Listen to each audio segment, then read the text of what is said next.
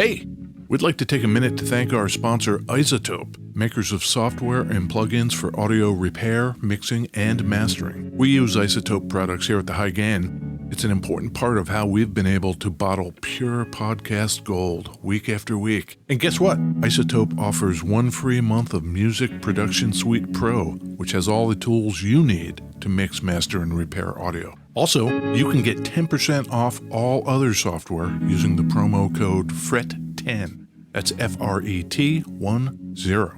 All of this is at iZotope.com, IZOTOPE.com.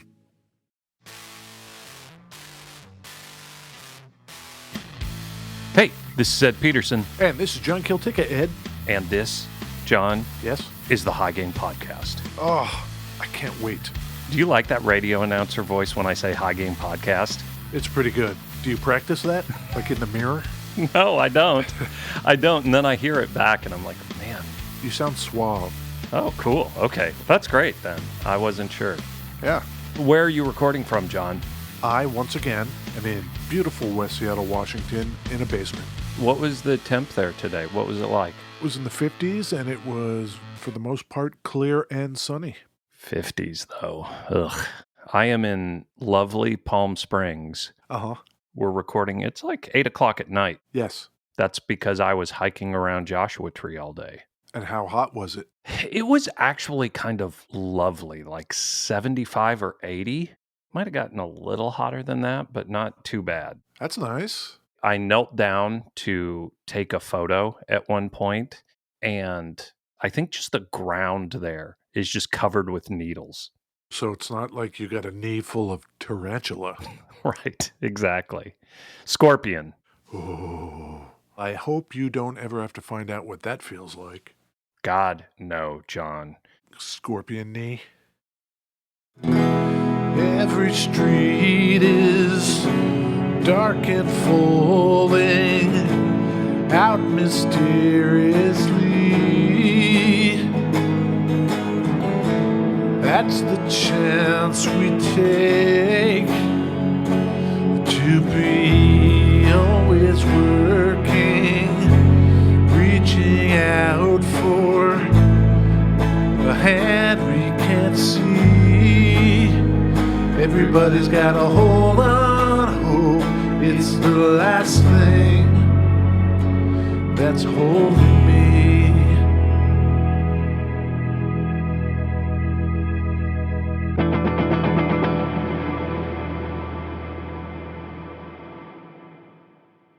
Beverages. Beverages, Ed. John? Yes. John, Yes. you couldn't see it, but that entire time, my eyes were closed, my head was bobbing, and I literally, that whole time, had my fist in the air. Really? I fucking love that song. Me too. Oh my God. Guided by Voices are the greatest American rock band ever.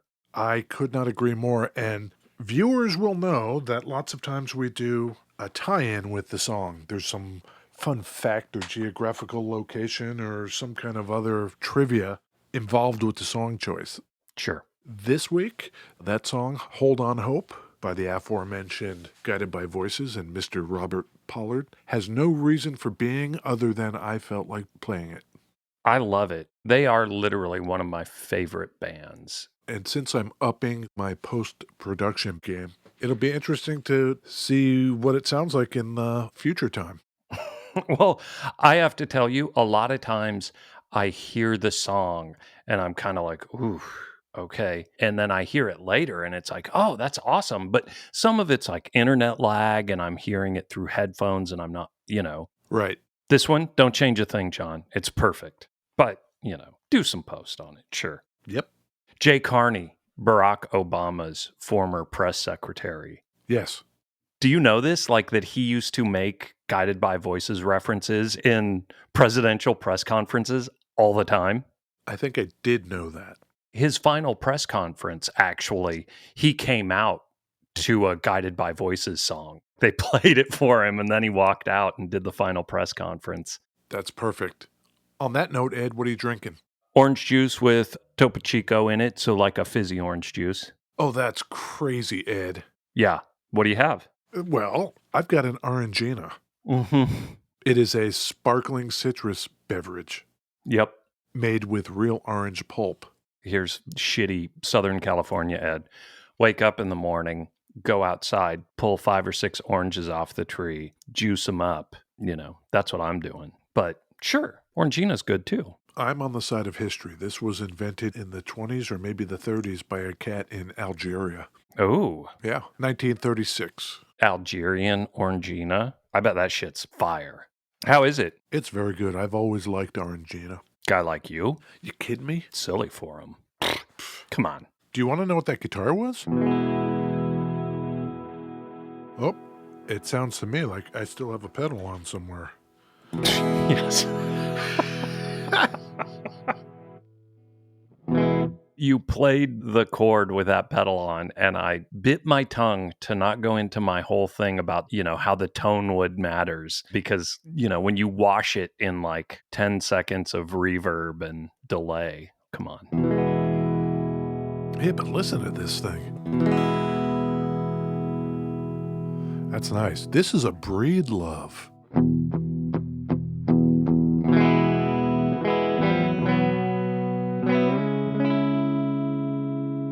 We are rapidly coming up on 3 years. We're over 150 episodes. Yes. And still manufacturers come up and I'm just like, oh, I don't know shit about them. Yeah. Yeah, here you go. I don't know shit about Breedlove guitars. Well, Ed, back in the oldie times, Okay. we're talking like the late 70s. Mm-hmm. There's this guy named Bob Taylor. You know about Taylor guitars? I know a fair bit about Taylor guitars. Pretty good. Yeah. Pretty great. In the early 80s, a guy named Larry Breedlove joined up with Taylor. Okay. Started working at Taylor Guitars, making guitars. Upstart young company. We know the story now. They're everywhere. Everybody plays Taylors, and they're very well regarded. All of them, but maybe especially those early ones. When they first came out, that was the question. Let's see what they sound like in 20 years. You buy a Martin, and you know in 20 years it's going to be fine. Sure. Yeah. Yeah. Okay. Yeah. I went to the Breedlove website. Yes. And right there on the front of it, the landing page, Jeff Bridges' signature model. Yeah. Did you know that? I knew that they had announced a partnership with him to produce sustainably sourced acoustic guitars. Wow, look at that. Only sustainable, clear-cut, free woods with Jeff Bridges. Jeff Bridges seems like... A pretty cool dude. He just seems like the coolest fucking guy. Yeah. Ed might throw out there the okay boomer kind of thing occasionally, but there's guys like Jeff Bridges who, come on. Why don't we just call up Jeff Bridges Mm-hmm. and see if he wants to come on the show, Mm-hmm. talk about his guitar? Yep. You know he'll take your call. He won't take mine. He'll take yours. I've seen The Big Lebowski about 100 times. Yeah, see? Tron, you know about Tron? Heard of it. Heard of it. Come on. I mean, oh, yeah, man. A big Tron fan. Yeah. Hell or High Water? Have you watched that? Yes. With Ben Foster and Chris Pine as bank robbers and Jeff Bridges as the sheriff? I think that movie was criminally overlooked. Yeah, maybe so. I don't know. I saw it in the theater and I've got the Blu-ray and I'm like a really big fan. Nice. Can we just do a movie trivia podcast about Jeff Bridges? Who was the guy you thought we should just stop and do a podcast about last time? I don't remember. Yeah, I don't either. Like some other random actor, probably. We could just mash them up. Sure. I think Bridges had a hard time. He's one of those dudes where, like, his heart is actually in music. His day job is making movies, but I think he actually just plays guitar and sings, like, in bars and shit. I can see that. Yeah. Jeff Bridges apparently knows quality because Breedlove is quality. In 1990, Larry Breedlove decides maybe he could make his own guitars. So he and a fellow luthier at Taylor named Steve Henderson, they split. The unusual thing about this, Ed, is that it was an amicable split. Bob Taylor knew they were going to do it.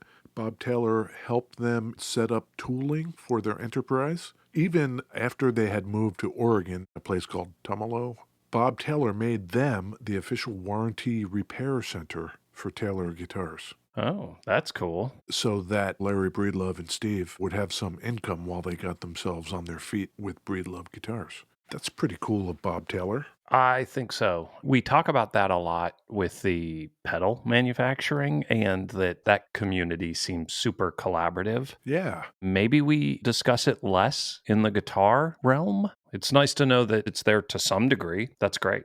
Yeah. So there they are in Oregon with the help of Bob Taylor, kind of getting set up. They want to, of course, use their traditional guitar making chops to make great guitars, but they want to reimagine the way acoustic guitars are structured. So they got to rethinking the way they were braced and rethinking the way the bridges worked, apart from what you learned in, Germany in the 1600s. In that regard, some of their acoustics were kind of out there. Oh, yeah? In 1992, they introduced 5 models across 3 body types at NAMM, and they were well received. People really enjoyed them. The guitar you are playing, John, Yes, it is not an acoustic. that is absolutely true. Okay. The guitar I am playing is an electric. Yes. What is Larry Breedlove thinking? Has Taylor ever made a electric solid body? No. I didn't think so. What do you think Larry Breedlove was thinking? I think that it is not uncommon to hear that guys started building guitars with acoustics and then branched into electrics later. Like we just talked to Mike Baranek, Yeah. and that is exactly his path. I'm somewhat unsurprised, maybe. Yeah, except that in Larry's case, he had nothing to do with it. Oh, okay. Because after that 1992 debut, about 3 years later, Larry's older brother, Kim, who is also a master craftsman, he comes out, I think, from Indiana to join the Breedlove guitar making behemoth. I guess the main reason he did that is because Larry quit. Okay. Larry fell himself in love Oh, cool. and wanted to go back to California.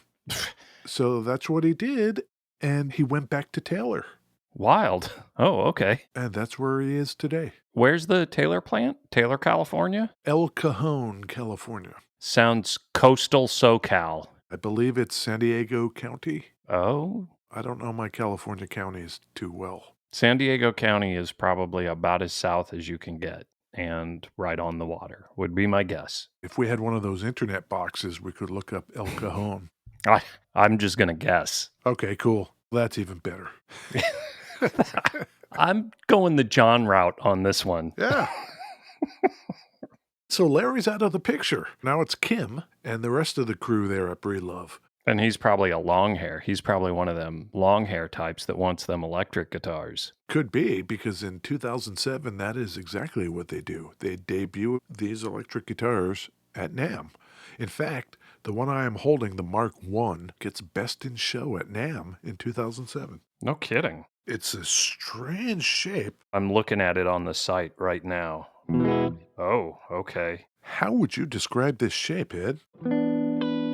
It kind of has weird mandolin-y sort of vibes, I can kind of see that. but the cuts on it are wild. Like, I'm not sure that this would be my jam, where you would have the horns on the top or the bottom. They both just look like we got old bandsaw. What was his name? Old bandsaw Dave or whatever. Babe. Remember?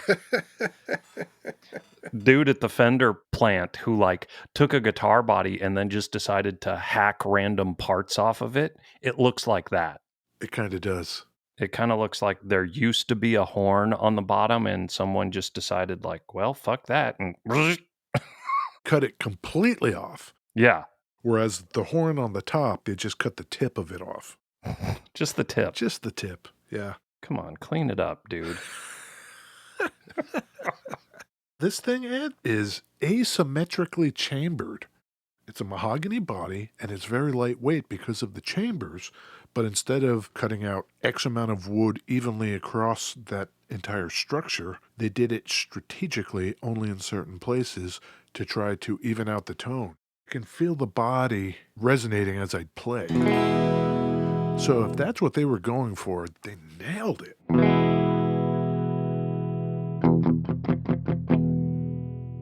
Have you ever seen the movie Cosmopolis with Robert Pattinson, No. directed by David Cronenberg? Is Jeff Bridges in it?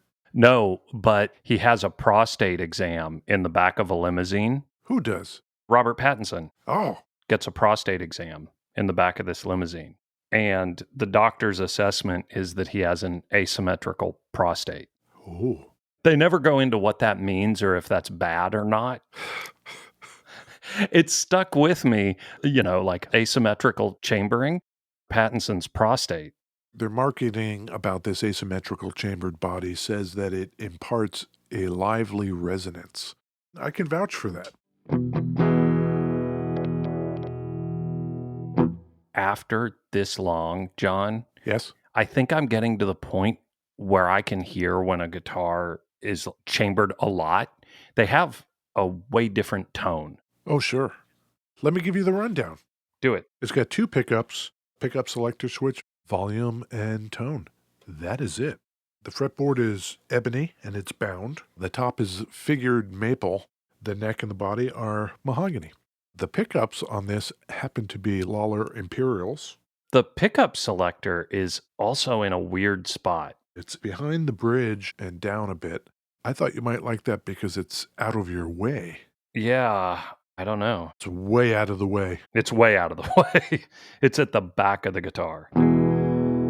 Everything's in the middle here. I've got the tone in the middle, and the pickups are in the middle, so we're hearing both the neck and the bridge. Let's see how bridgy we get.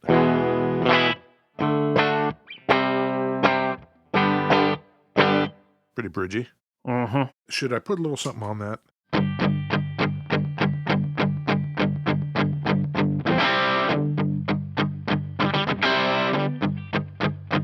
Wow, that's nice. Damn. That drive is like 9:30, 10 o'clock. No, the drive is at 0. Shut up. You shut up. Let me see. Come on. Yeah, the drive knob is all the way down. Really? Without it. With it. Yeah. Okay. I believe you. Let's get real necky.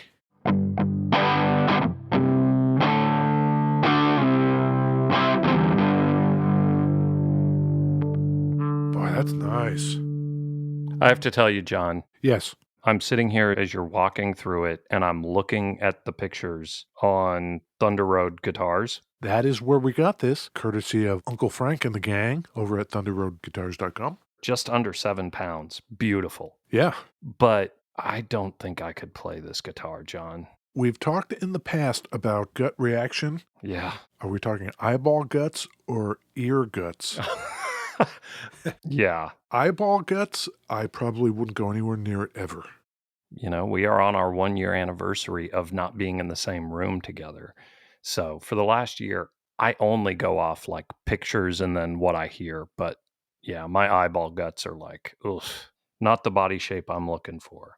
Yeah, you know what? My playing guts are kind of on the fence too because it plays beautifully and the tone is so balanced. But you talked about shaving away that lower horn. Yep. What remains right about there is kind of a point where a horn might have once lived. Yep. And sitting down playing this whole time, that point has been digging into my leg. Yeah. This is maybe a play while standing up guitar. Just like a warring girl, just a song, just like she's singing. That was my Stevie Nicks. You probably couldn't tell any difference. It sounded, yeah. I had a big, long conversation about Stevie Nicks with someone at work just this last week. Really? Yeah. I think my favorite thing about her is that she's witchy. I'm into the fact that she's into witch shit. Spells and shit like that. I think that's cool. Other than that, not so much with the Fleetwood Mac. Ooh, I'm into this though.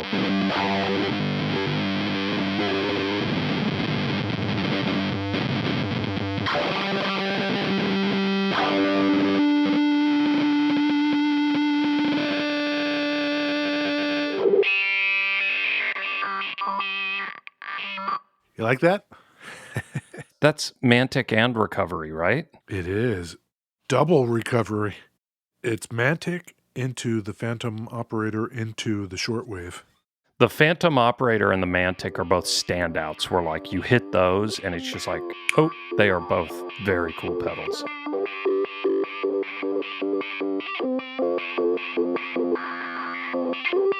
The shortwave is almost like LFOE cutting something out. Like weird high-end stuff is getting cut off with the shortwave.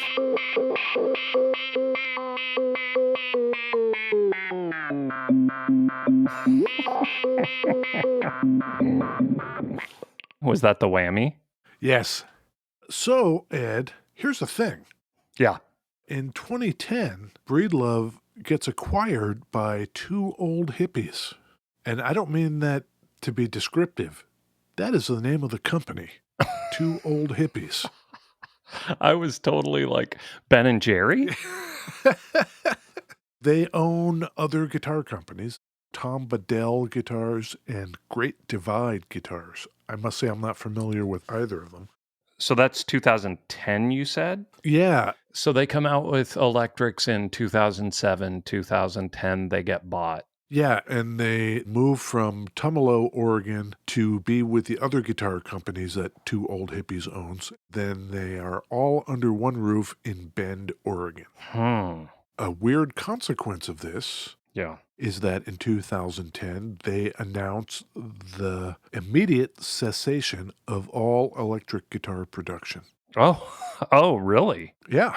They decide, I think, as a matter of philosophy or just strategy, to go back to what they know best, which is badass acoustic guitars. I don't think there was anything necessarily not successful about these guitars, but maybe there was that same hesitance in people's eyeball guts as you and I are having. Sounds great, plays wonderfully, but I'm not going outside the house with that. Until I pulled this thing up, I had never seen one of these things before. So that explains why. Yeah. 3 years. Did they only have the one model? Mark I, Mark II, 3, and 4. The higher end one has active pickups and onboard EQ sliders. It's kind of ugly too. Oh, this Mark II. Oh, it's at Thunder Road also. They've got two of these? I think they have 3. Wow. So the Mark II, this body style I like a lot more. It's got an EQ on it. What is that? Dopey. But, I think that's pretty cool for them to think, yeah, let's just get back to our core skill set. Yeah.